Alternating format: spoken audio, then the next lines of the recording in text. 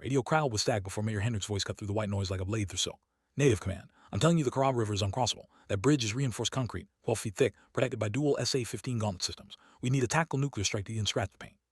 Words carried the weight of a man who'd seen too many good soldiers die attempting the impossible, and the resignation of someone who'd already accepted defeat before the first shot was fired. Nix Reaper, Castellanos adjusted her flight helmet and stared through the canopy of her A-10C Thunderbolt II at the objective below. From 18,000 feet, the bridge looked like a gray thread stretched across the muddy brown ribbon of the Karab River. His photos hadn't done justice to the fortress-like structure. Concrete buttresses riding from the water like ancient Mayans, steel cables thick as telephone poles, and those twin air defense systems positioned on the eastern approach like mechanical vultures waiting to feast on anything foolish enough to venture into their engagement envelope. Lead this command, came the voice through her headset. What's your assessment of the target? The question hung in the air like smoke from a distant fire, heavy with implications nobody wanted to acknowledge. Command knew what they were asking. They knew the bridge was supposedly impregnable. They also knew that without eliminating that crossing, the enemy's mechanized division would pour across the river at dawn like water through a broken dam, overwhelming the coalition forces dug in on the western bank. His fingers traced the worn leather grip of her stick, feeling the familiar texture that had guided her through 47 combat missions across 3 different theaters. The A-10 beneath her was no Butte Queen scarred titanium bathtub, asymmetrical engine placement, wings designed by committee, but she was death incarnate, flying an artillery piece that could loiter over a battlefield for hours, dispensing precision violence with the pace of a surgeon and the fury of a hurricane. And Fink's lead, target appears heavily fortified, but she paused, studying the bridge's eastern approach through her targeting pod. Something wasn't right. The air defense systems were positioned perfectly to engage threats from the west, but there was a blind spot, a narrow corridor where the river curved south, masked by a ridgeline that would shield an aircraft flying nav the earth until the final seconds before weapon release. But what Fink's lead? His lips curved into a smile that would have made a shark proud. But Mayor Hendricks hadn't seen what an A-10 can do when you know where to bite. I was cast. Below, an entire war hung in the balance, and above, a single pilot in a flying bathtub was about to rewrite the rules of what was possible. First indication that something had changed came through the radio chatter. Fink's lead, be advised, we're trying multiple air defense radars painting your general area. Recommend you abort approach and return to base. The voice belonged to Lieutenant Colonel Marks Webb, the mission commander whose reputation for caution was exceeded only by his ability to snatch defeat from the jaws of victory. He sat in his client-controlled command bunker 40 miles from the front lines, surrounded by screens that reduced warfare to green dots on black background, where human lives became acceptable loss percentages and tactical decisions were made with the clinical detachment of a chess master moving pieces across a board. Response was immediate and unwavering. Native command, I'm in the quarter. Defense systems can't track me from that angle. Her voice carried none of the bravado typical of fire jocks or the nervous energy of someone attempting something beyond their capabilities. Instead, it held the state confidence of a professional who had studied every inch of terrain, analyzed every defense position, and calculated risks with the precision of an accountant balancing books. Targeting pod, she could see the bridge superstructure in crystalline detail. The concrete wasn't just 12 feet thick. It was reinforced with steel rebar in a honeycomb pattern designed to absorb and distribute impact energy across the entire structure. Conventional wisdom said you need multiple sorties, dozens of precision-guided munitions, and acceptable losses in the double digits to even consider attacking such a target. Conventional wisdom had never met Nix Catalano. Lead, you're not authorized for the approach vector. Return to assigned patrol altitude immediately. What his voice had taken on the sharp edge of someone whose authority was being challenged in front of subordinates. Presented everything he'd fought against throughout her career. The institutional thinking that valued procedure over results, the risk-averse mentality that preferred certain failure to uncertain success, and the subtle but persistent belief that a woman pilot, especially one flying the unglamorous A-10, couldn't possibly see angles that male officers in comfortable command posts had missed. Hendrick's voice cut through the radio traffic like a cleaver through bone. All stations, this is Groundhog 6. Any armor is beginning to move toward the river crossing. If that bridge isn't dropped in the next 20 minutes, we're looking at a complete route. I've got 800 Marines counting on that crossing being eliminated. The desperation in his voice was carefully controlled, professional, but unmistakably real. Weren't numbers on a spreadsheet. They were sons and daughters, husbands and wives, people with mortgages and children's soccer games and dreams that extended beyond the next firefight.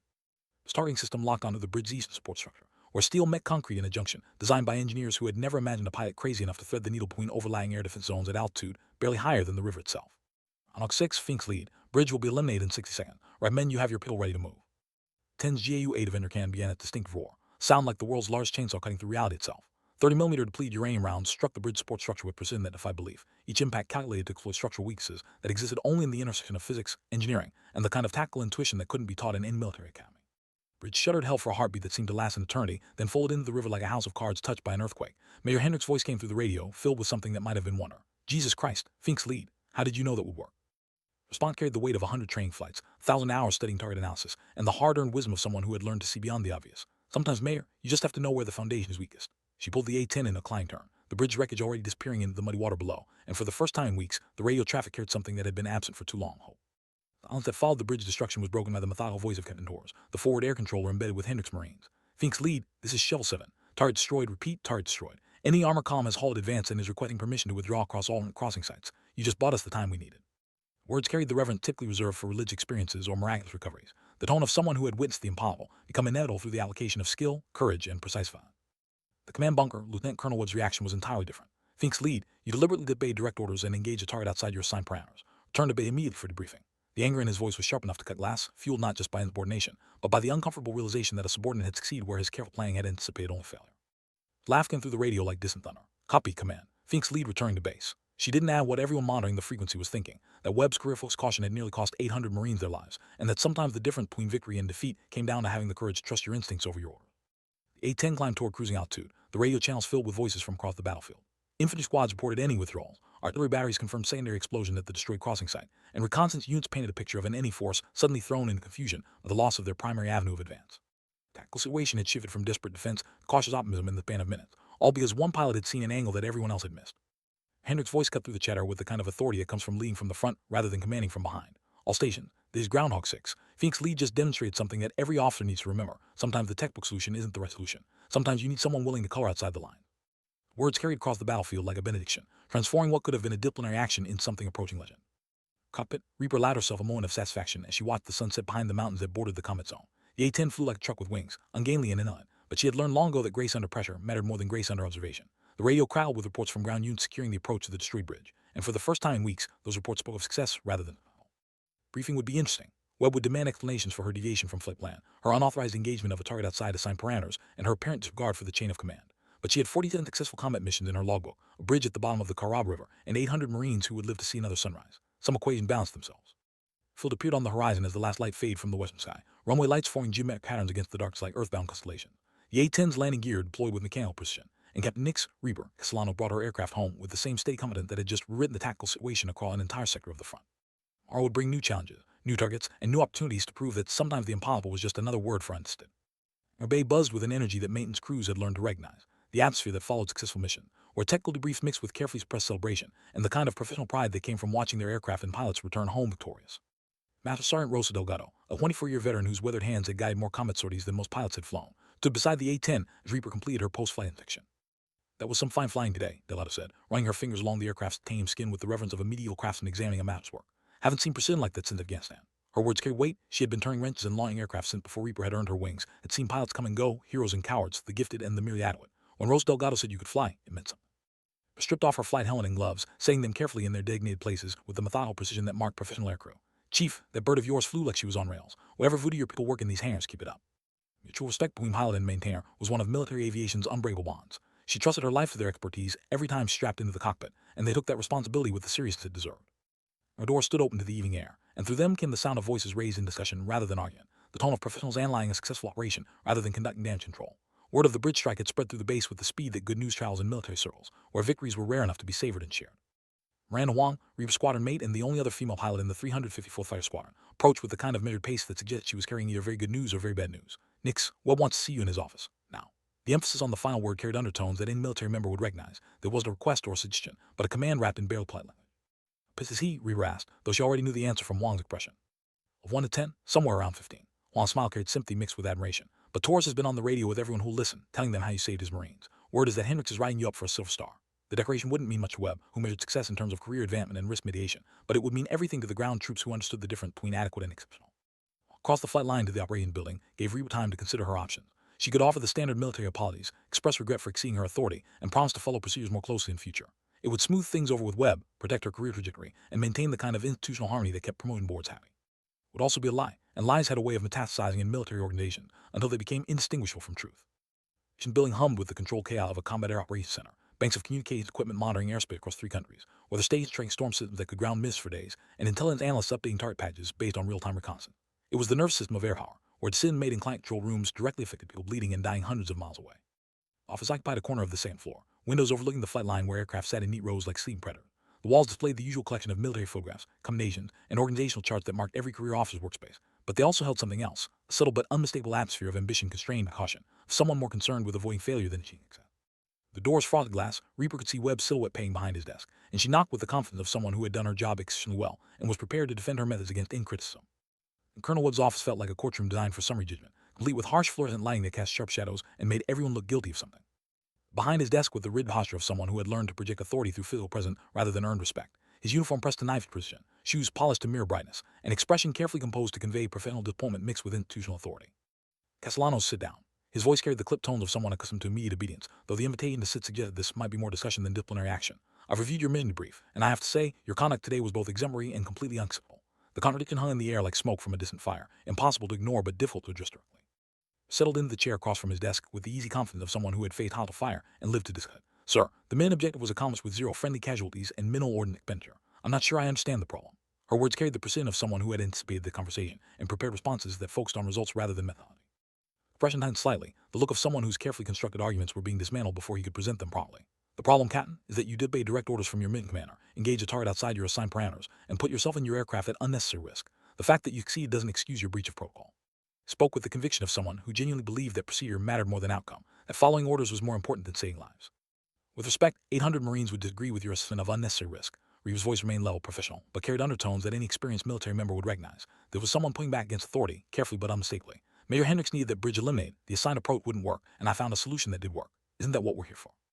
I stretched between them like a wire under tension, ready to snap at the slightest provocation. Through the window, the evening sky was deepening from purple to black, and the flight line below showed the subdued activity of a base settling in its night rhythm. Somewhere out there, Marines were sleeping in positions they could hold because a bridge lay at the bottom of a river, but that human reality seemed distant from the sterile environment of administrative discipline. Leaned forward, his expression softening slightly in a way that suggested he was about to reveal something he considered a professional confidence. Nix, you're a hell of a pilot. Everyone knows it. But you're also developing a reputation as someone who can't follow orders, and in the military, that's a career killer. I'm trying to help you here. His words carried the paternalistic tone of someone offering guidance from a position of experience and authority. I follow orders that make sense. When orders don't make sense, I find ways to accomplish the mission anyway. Isn't that initiative? She met his gaze directly, neither challenging nor submissive, simply stating facts as she saw them. The bridge is down, the Marines are safe, and we can focus our assets elsewhere. How is that a bad outcome? So I carried the weight of someone wrestling with institutional realities that extended far beyond a single mission or a single pilot. Because the next time you decide orders don't make sense, you might be wrong. And the time after that, some other pilot might think they can make the same kind of judgment call you made today, except they won't have your skills or your instincts. Do you see the problem?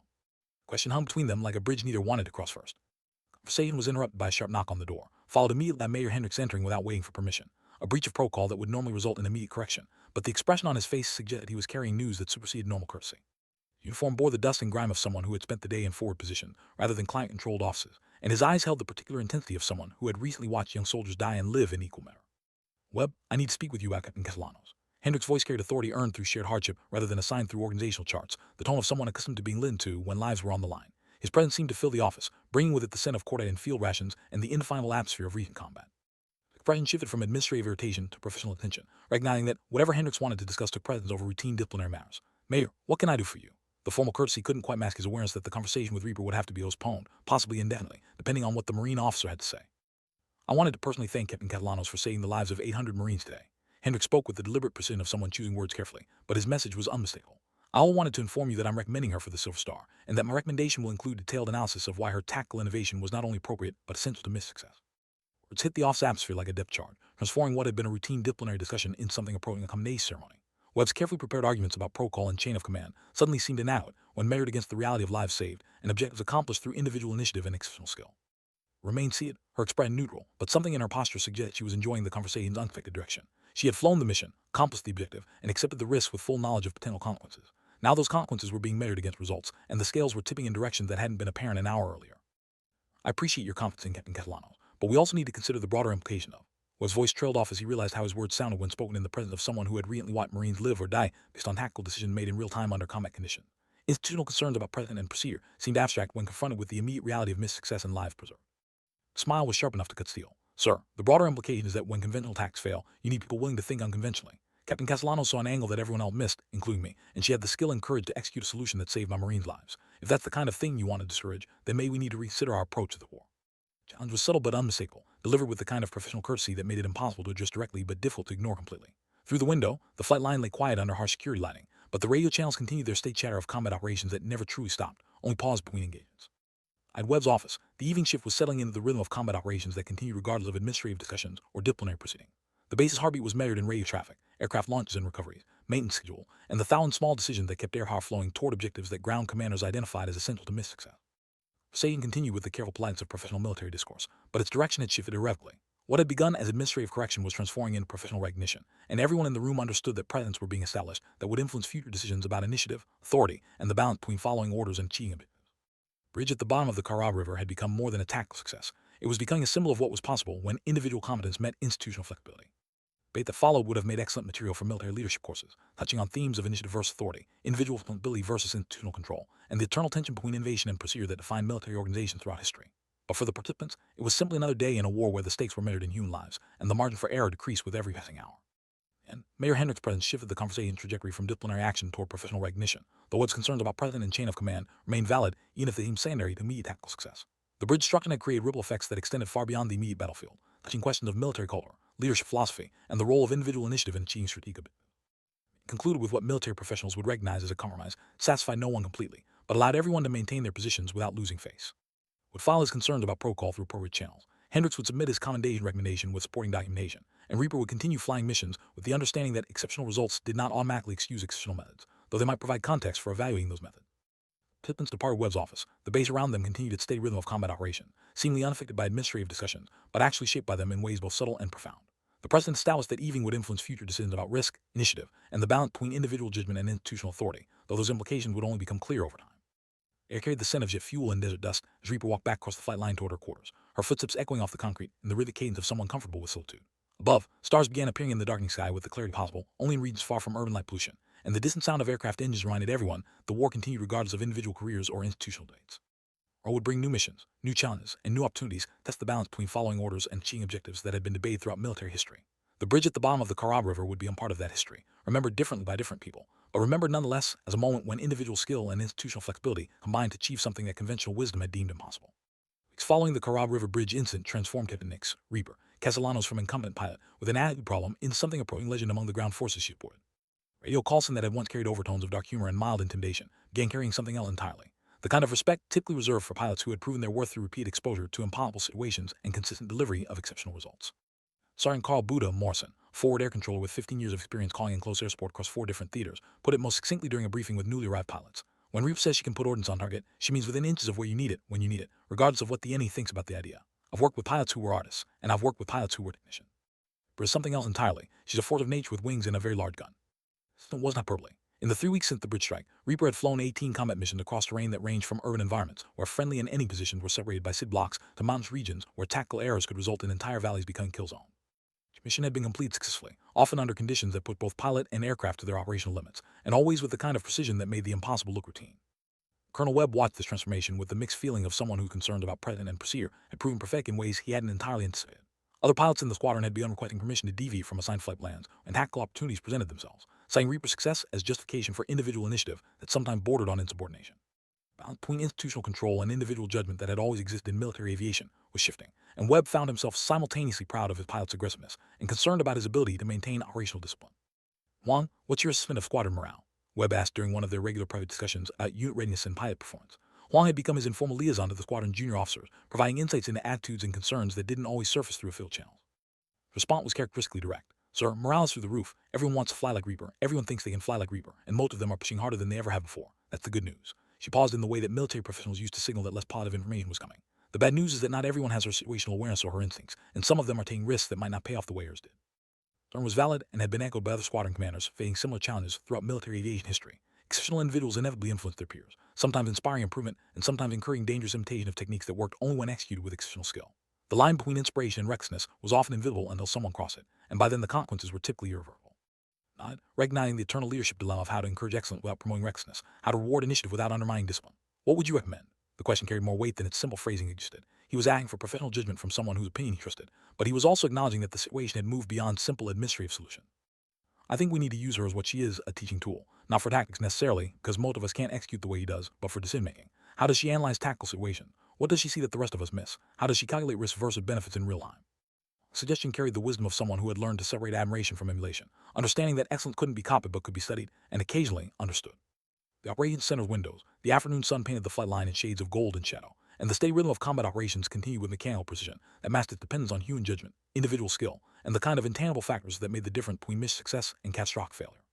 Where out there, ground forces were depending on air support that would arrive precisely when needed, delivered by pilots whose training and experience had prepared them for every situation except the ones they would actually encounter. You'll crowd with routine traffic, weather updates, maintenance reports, mission changes driven by evolving tactical situations, but underneath the routine communication was an energy that experienced military professionals could recognize. It was the sound of people operating at peak performance, pushed by necessity, and pulled by the example of someone who had demonstrated that the impossible was simply another word for understood. Information of Reaver's reputation from troublemaker, the legend reflected broader changes in how the squadron approached its mission, but it also highlighted the individual characteristics that made such transformation possible. Her ability to see tactical opportunities that others missed wasn't the result of recklessness or lucky guessing. It was the product of intense study, exceptional situational awareness, and the kind of professional competence that made complex tasks appear effortless. Concerns about institutional control remained valid, but they were being balanced against results that spoke for themselves. The bridge at the bottom of the Karab River had become a symbol, but symbols required substance to maintain their power, and that substance was being provided through consistent performance under increasingly challenging conditions. Noon briefing began with routine intelligence updates and weather forecasts, but quickly shifted to operational planning for missions that would test both individual pilots and squadron coordination. The targets were evolving from static infrastructure to mobile assets that required real-time adaptation and the kind of tactical flexibility that couldn't be planned in advance or rehearsed during peacetime training. War was entering a phase where doctrine and experience would prove insufficient, and victory would belong to those willing to improvise, adapt, and overcome obstacles that hadn't existed in previous conflicts. Pilots filed into the briefing room. Their conversation carried the mixture of professional focus and controlled tension that marked people preparing for work that might kill them if performed imperfectly. The jokes were slightly too loud, the technical discussions slightly too intense, and the silences slightly too long, all indicators that everyone understood the stakes and was dealing with them in their own way. I entered the briefing room with the quiet confidence that had become our trademark, carrying flight gear that showed the wear and staining that marked equipment used under combat conditions rather than carefully maintained for inspection. She took a seat in the middle of the room, neither seeking attention nor avoiding it, simply present and ready for whatever mission would be assigned. Reputation now preceded her into every discussion, but she wore that reputation lightly, understanding that legends were only as good as their next performance. Intelligent briefing painted a tactical picture that had grown increasingly complex over the past week. Enemy forces were adapting to coalition air superiority by dispersing in small units, using terrain and urban environments to mask their movements, and employing air defense systems in ways that conventional doctrine hadn't anticipated. The result was a battlefield where turrets were harder to find, harder to identify, and harder to engage without causing collateral damage that would undermine strategic objectives. Ladies and gentlemen, today's missions will require precision, patience, and the kind of tactical flexibility that we've been developing over the past month. Whereas briefing carried the authority of someone who understood both the challenges that pilots faced and their capacity to meet those challenges. Weather is clear, visibility unlimited, but we're operating in areas where friendly and enemy positions are fluid and sometimes indistinguishable. Rules of engagement require positive identification before weapons release, and collateral damage restrictions are in effect for all urban areas. The sign that afternoon would take pilots into situations that tested every aspect of their training, from basic aircraft handling through advanced tactical employment, but they would also test something less tangible, the judgment and intuition that separated competent pilots from exceptional ones. The difference between success and failure would often be measured in seconds and inches, with no opportunity for second-guessing or extended deliberation. Torres, the forward air controller who had coordinated the bridge strike, provided ground perspective on the tactical situation facing Marine units across the operational area. His assessment was characteristically blunt. Gentlemen, the enemy has figured out that we own the sky during daylight hours, so they're moving at night and hiding during the day. When they do move, they're using civilian areas for concealment and camouflage. Job is to find them anyway and eliminate them without turning every village elder against us. It's a small order, but I have confidence in your abilities. The challenge was real and growing more difficult daily. Air power's conventional advantages, speed, altitude, firepower, became complications when applied in environments where the wrong target selection could transform tactical success into strategic failure. Mission wasn't just about putting ordnance on target anymore. It was about putting the right ordnance on the right target at the right time for the right reasons, with full awareness of political and cultural implications that extended far beyond immediate military objectives. Individual flight leads received their mission assignments. The conversation shifted from general briefing to specific tactical planning. Routes were traced on charts, contingency plans developed for various scenarios, and communication protocols established for coordination between aircraft and ground forces.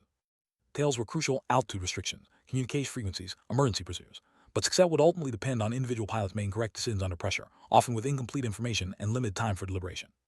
Mission assignment took her back to the Uncrossable River Valley, though this time the objective was reconnaissance rather than destruction. Intelligence reports suggested that enemy forces were using the destroyed bridge as a staging area for river crossing at night, confident that the obvious approaches were too dangerous for coalition forces to monitor effectively.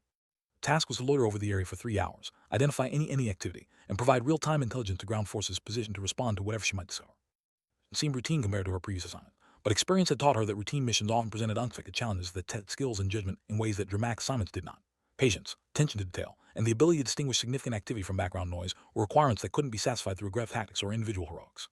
Briefing concluded, and pilots began their individual preparations. The operations center continued its steady rhythm of monitoring, coordinating, and directing air assets across an operational area that spanned 3 countries, and included terrain ranging from urban areas to mountains to desert. The complexity was staggering, but it was managed through systems and procedures that had been refined through decades of experience, and adjusted based on lessons learned from each new conflict. Noon sun was beginning its descent toward the western horizon as Reaper completed her pre-flight inspection and prepared for another mission over terrain that had become as familiar as her home neighborhoods. The A-10 sat on the flight line like a mechanical predator, ugly and graceful simultaneously, designed for a specific purpose and executed with the kind of engineering competence that made complex tasks appear simple. Hours later, as dust painted the Uncrossable River Valley in shades of purple and gold, Reaper's radio transmission would change the tactical situation once again. But the transformation,